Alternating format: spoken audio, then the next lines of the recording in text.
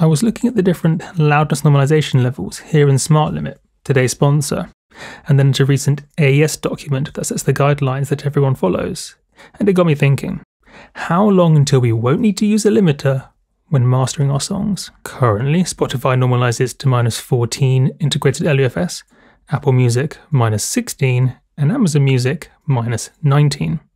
But AES are already anticipating dropping these a further 6 to around -23 LUFS. Wondering if your speakers are powerful enough to play at -23? Set Spotify to quiet mode and see if you can play music loud enough to your liking without speaker distortion. So when streaming platforms loudness normalized to -23, what does that mean for the fate of mastering limiters? Here are the loudness levels of my last 18 songs before mastering, in fact, without any limiting at all. I didn't use a single limiter in any of these projects, since I got in the habit of being lazy and relying on my mastering limiter to catch everything. Normalizing to -23 gives the following gain adjustments. See how even the quietest one at -18.4 integrated LUFS will be turned down by over 4 dB, even allowing 2 dB of true peak headroom for lossy encoding. I'd still have more headroom than I need. In other words, I wouldn't need a mastering limiter, and -23 is just the beginning. Netflix normalizes to -27, so things will get quieter still. Naturally, these numbers would look different if I was working with recordings of real instruments, but even if I was writing classical music and these numbers were 10 quieter,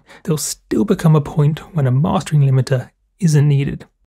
As technology improves and speaker dynamic range improves, streaming loudness levels will decrease. With powerful enough speakers, it doesn't matter how high the occasional peak goes, because you can always increase speaker gain to get the main music bits acceptably loud. There'll be a point in my lifetime when music streaming services are streaming at -40 LUFS, or whatever replaces LUFS. Whilst pretty much every platform uses it, LUFS is horrendously flawed for measuring loudness of modern electronic music. Its frequency weighting is unnecessarily simplistic, and it measures maximized waveforms incorrectly since it uses RMS to calculate average level, and RMS mathematically falls apart when measuring tones with a constant amplitude, such as most modern electronic music. Anyway, for the next 5 or 10 years, we need a mastering limiter, and Smart Limit makes life super simple. Choose a genre, click record to analyze your song, and check the settings that it's intelligently chosen for you.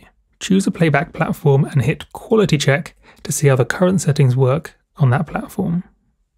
Marvellous. Catch you on the flippity flip.